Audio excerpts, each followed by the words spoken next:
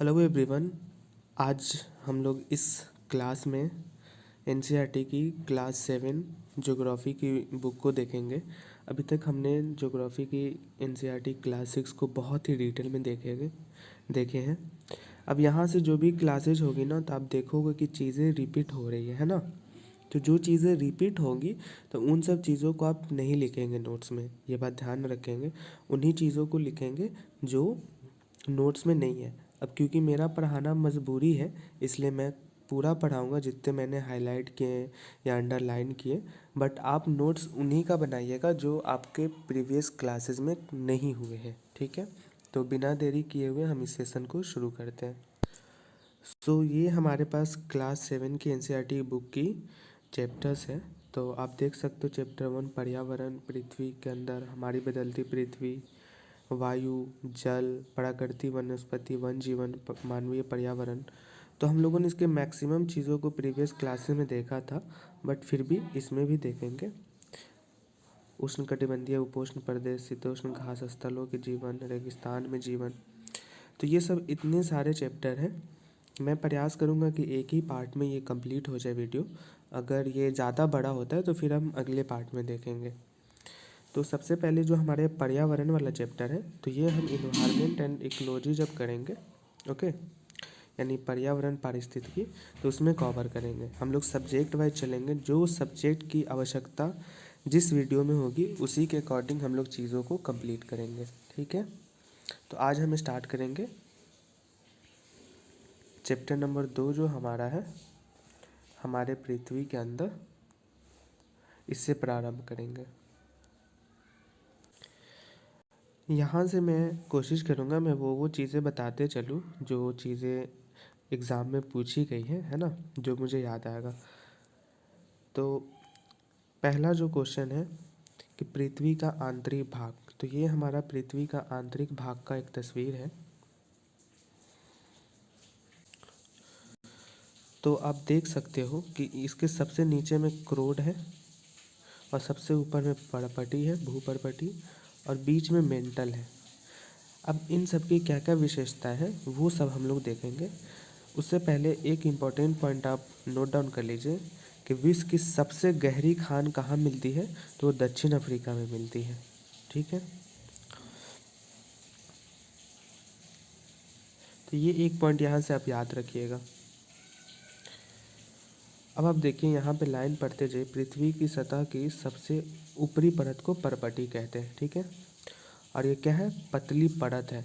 ऊपर की चीज़ें क्या होती है, ध्रुवीय क्षेत्र है ना।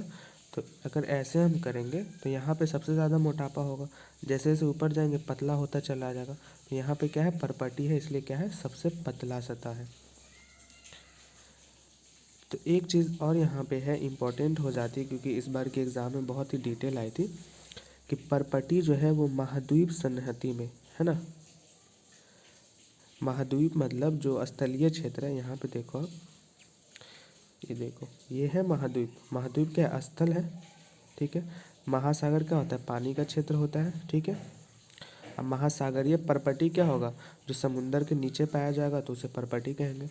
महाद्वीपीय पर्पटी जो महाद्वीप के नीचे पाया जाएगा। तो महाद्वीप या महासागर के नीचे क्या पाया जाएगा, पत्थर पाए जाएंगे, चट्टान पाए जाएंगे, है ना, गोल गोल छोटे छोटे शैल पदार्थ पाए जाएंगे। तो इसे बहुत से खनिज पाए जाएंगे, बहुत सारी चीज़ें पाई जाती हैं। वहीं पे कहीं पे लावा होता है।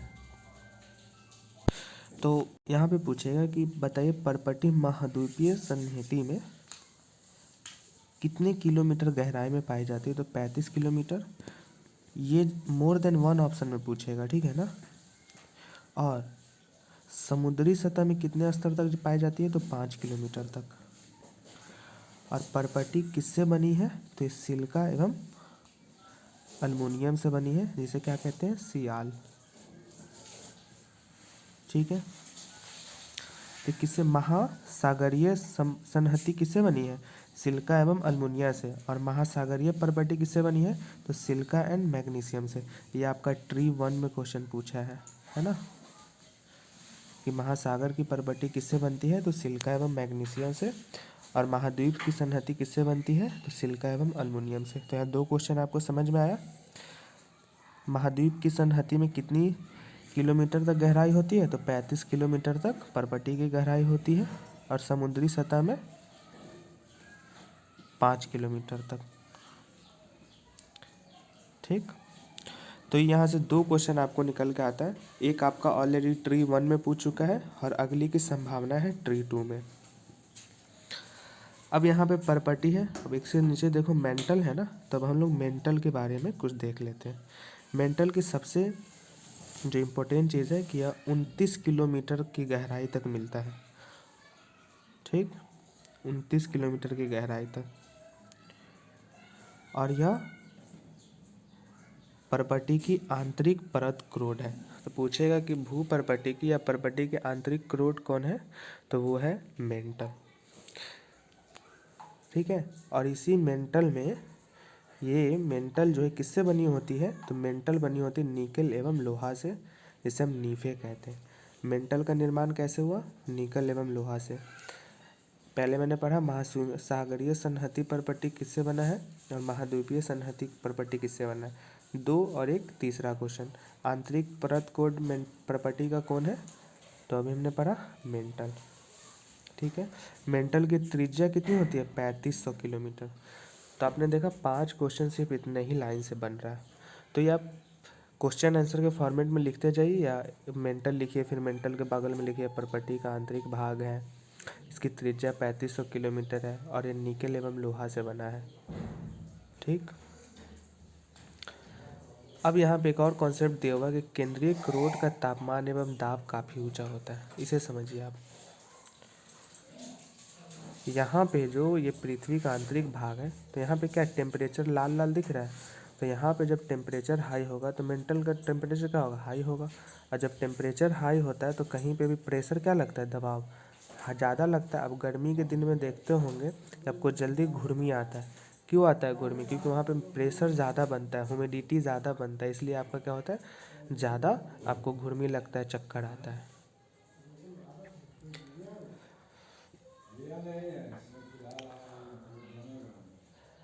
अब देखिए यहाँ पे एक इम्पॉर्टेंट फैक्ट दिया हुआ कि पृथ्वी के आयतन का कितना प्रतिशत हिस्सा परपटी होता है, तो 1%। कितना प्रतिशत मेंटल होता है, तो 84%। कितना प्रतिशत क्रोड होता है, तो 15%। और पूछेगा कि पृथ्वी की त्रिज्या कितनी है, तो पृथ्वी की त्रिज्या है 6371 किलोमीटर। पृथ्वी की त्रिज्या कितनी है, 6371 किलोमीटर। ये क्वेश्चन तो बेसिकली पूछता नहीं, बट आप लिख लीजिए। इग्निशियस का अर्थ होता है अग्नि, सेडिमेंट्री का अर्थ होता है स्थिर, मेटामॉर्फिक का अर्थ होता है रूप परिवर्तन। अब हम देखते हैं कि शैल एवं खनिज, शैल एवं खनिज की क्या क्या विशेषताएं हैं वो देखते हैं। तभी हमने बताया कि शैल एवं खनिज कहाँ पाए जाते हैं, पृथ्वी के आंतरिक कड़ा के अंदर। अगर ये पूरा पृथ्वी है तो इसके निचले सतह में पाए जाएंगे ना शैल खनिज, है ना, इन सब क्षेत्रों में, जमीन के अंदर, इतना याद रखिएगा। अब हम इम्पोर्टेंट देखते हैं कि सेल होते कितने प्रकार के, तो सेल बेसिकली होते 3 प्रकार के, आग्नेय, अवसादी एवं कायांतरित। आपका ये बुक में हाईलाइट किया हुआ है, अगर समझ में नहीं है राइटिंग तो आप बुक का चैप्टर देख लीजिएगा, है ना, यहाँ पे तीनों दिया हुआ है। अब देखिए कि आग्नेय चट्टान कहते किसे, तो आग्नेय, देखो इसमें 2 वर्ड है, एक आग और एक ने। तो जब ये आग है ना, ये आग, ठीक है, जब ये आग जम जाएगा ना, ने मतलब निठुर जाना, है ना, सिकुड़ जाना, ऐसे याद रखो। तो जब आग जम जाएगा तो क्या होगा, आग्नेय चट्टान। यानी द्रविड़ जो है मैग्मा ठंडा होकर जब ठोस हो जाता है, द्रविड़ मीन्स का, जब आग से कहीं पे ज्वालामुखी कहीं आग पिघलता है तो क्या होता है, द्रविड़, यानी पानी का आकार का चूते रहता है ना। अगर यहाँ पे आग ऐसे ऐसे जलेगा चारों तरफ, एग्जाम्पल के लिए मोमबत्ती आप जलाते हो तो आग जब जलता है तो नीचे टपकते रहता है, ऐसे नीचे ऐसे ऐसे टपकते रहता है, तो वो क्या होता है,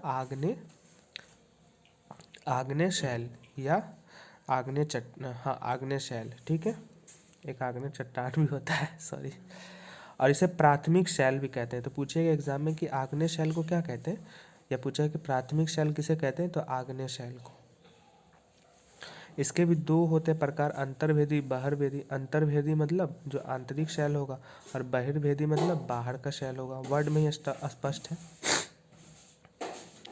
ठीक है।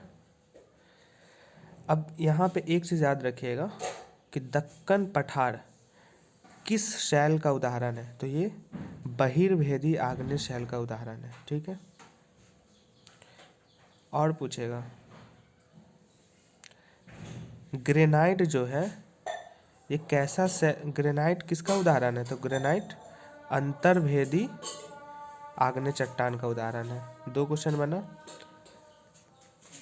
अगला देखिए, लेई मसाला तथा दाना का चूर्ण के लिए जिन अपघर्षण पत्थरों का उपयोग होता है वो ग्रेनाइट के बने होते हैं। ग्रेनाइट मतलब क्या होता है, ग्रेनाइट एक तरीके का पत्थर है, और जो लेई हम बनाते हैं या मसाला बनाते हैं उसमें देखते हैं ना शीशा टाइप का रहता है। आप सुनते हो कि मसाला में शीशा है, तीखापन लगता है। तो चूर्ण बनाने के लिए जो अपघर्षण होता है ना, 2 ऐसे करके कूटेंगे इसको, ऐसे ऐसे कैसे ऐसे कूटेंगे, तो उसमें किस चीज़ का प्रयोग होता है, तो ग्रेनाइट। तो पूछा है कि ग्रेनाइट का प्रयोग कहाँ होता है, या ग्रेनाइट से क्या बने होते हैं, तो ग्रेनाइट से लेई या मसालों का चूर्ण बनने के लिए अपघर्षण पत्थरों का उपयोग होता है। ग्रेनाइट किसका उदाहरण है, तो अंतर्भेदी आग्नेय शैल का। पूछेगा दक्कन का पठार किसका उदाहरण है, तो आग्नेय शैल का।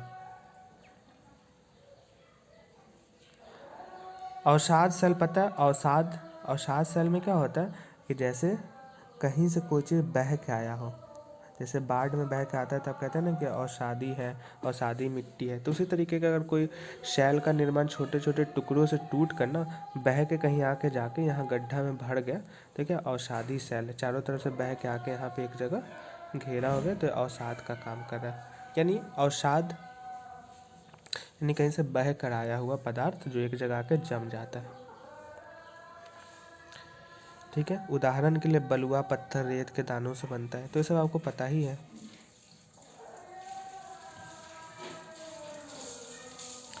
अब देखिए कि कायांतरित शैल हो, तो कायांतरित यानी काया आंतरित मतलब जो चीज़ पलट जाता है, मतलब दूसरे रूप ले लेता है। तो ये कब होगा, जब उच्च ताप होगा, हाई टेम्परेचर होगा। अगर हम मान लो कोई पदार्थ है, मान लो ये कोई पदार्थ है, इसे हम जब गलाएंगे, इसे जब हम हाई टेम्परेचर में क्या होगा, गल जाएगा, है ना। तो ये क्या होगा, दूसरा रूप लेगा। जो अब कठोर था ये क्या होगा, सिकुड़ जाएगा।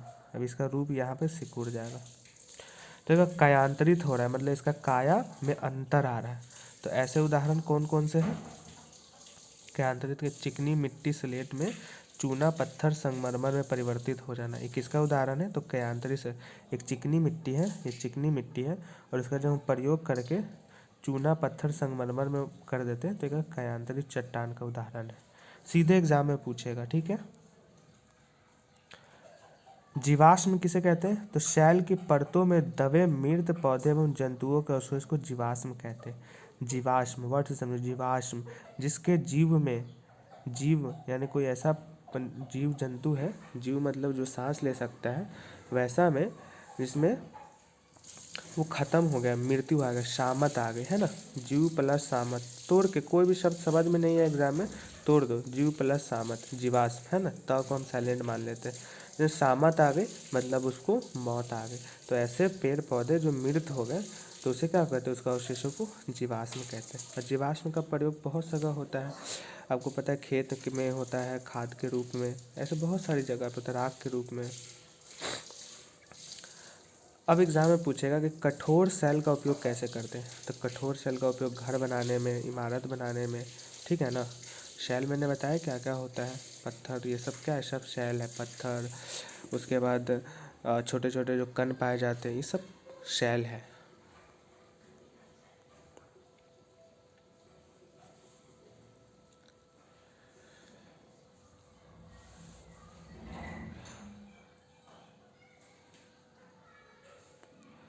अब देखिए कुछ इम्पोर्टेंट पॉइंट है। खनिज आपको पता ही है, जो प्राकृतिक रूप से पाए जाते हैं आपके पर्यावरण में, ठीक है।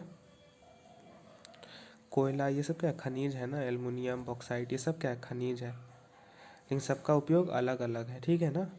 प्राकृतिक गैस, पेट्रोलियम, सब खनिज का उदाहरण। बस याद रखिए, एग्जाम में पूछा कि बताइए निम्न में से खनिज कौन है, तो इतना सारा आपको एग्जाम्पल याद रहेगा तो आप more than one option tick मार पाएंगे।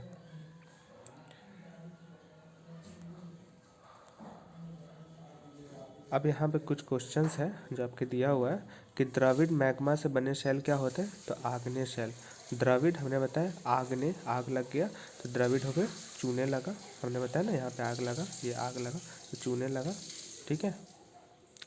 सोना, पेट्रोलियम, कोयला किसके उदाहरण, खनिज के उदाहरण। इस तरीके से क्वेश्चन पूछेगा। जीवाश्म में क्या होता है, जो मृत हो जाते हैं पौधे वगैरह, उसका अवशेष को क्या कहते हैं, जीवाश्म। शैल क्या कहते हैं, अभी मैंने बताया जो पत्थर वगैरह होते हैं ये सब क्या है, शैल के उदाहरण है। शैल जिसमें जीवाश्म होते हैं वो क्या, अवसादी शैल, ठीक है। पृथ्वी का सबसे पतली परत परपटी, जो हमने बताया कि अगर ये पृथ्वी है तो जैसे जैसे ऊपर जाएगा इसका परत क्या होता जाएगा, पतला होता जाएगा। तो सबसे ऊपर में क्या होता है, परपटी, तो सबसे पतला होगा। उसके नीचे क्रोड, मेंटल, फिर सबसे लास्ट में क्रोड। मैच द फ्लोइंग है। क्रोड क्या है, तो क्रोड होगा सबसे भीतरी परत, ठीक है। इसको आंतरिक परत भी कहते हैं, इसको परपटी का आंतरिक परत, ठीक है ना। खनिज क्या है, तो खनिज आपको पता है एक निश्चित रासायनिक मिश्रण होता है, जैसे प्राकृतिक गैस, पेट्रोल, डीजल, ये सब क्या है, खनिज का उदाहरण है। या फिर से बॉक्साइट, कोयला, ये सब क्या है, खनिज का उदाहरण। शैल क्या है, तो शैल का निर्माण हमने ऊपर में पढ़ा, सड़क एवं इमारत बनाने के लिए प्रयोग होता है, जैसे पत्थर, गिट्टी, बालू, ये सब क्या है, शैल है। अगला चिकनी मिट्टी क्या होता है, पृथ्वी की सतह है। जैसे ये पृथ्वी है तो उसके ऊपर में चिकनी मिट्टी होता है, हल्का हल्का, यहाँ पे देखोगे कि हल्का बलुई रहेगा, हल्का प्लेन रहेगा, तो चिकनी मिट्टी है ना। तो चिकनी मिट्टी क्या है, पृथ्वी की सतह है। बस आप देखते हो ना कि जिसमें फिसल जाते हैं तो वो क्या है, चिकनी मिट्टी, तभी तो उसमें फिसल जाते हो, चिकना है, नहीं सुनते कि चिकना है, तो उसका क्या होगा, पूरा सॉफ्ट है। तो जहाँ पे मिट्टी चिकना होता है आप देखोगे एकदम पतला महीन सा मैदा की तरह, तो चिकनी मिट्टी है। तो पृथ्वी का सिर्फ एक सतह है। सियाल का है, सियाल में दो वर्ड है, एक सी प्लस एल, तो सियाल, सी से सिलिका, ए से एल्युमिनियम, तो इसका ऑप्शन क्या हो जाएगा, ये वाला। तो ये आपका पहला चैप्टर रहा। अगला हमारा चैप्टर इम्पोर्टेंट है, हमारी बदलती पृथ्वी। तो इसमें हमारा पहला कॉन्सेप्ट है कि पृथ्वी आखिर अपने चारों तरफ घूमती कैसे। तो पृथ्वी अपने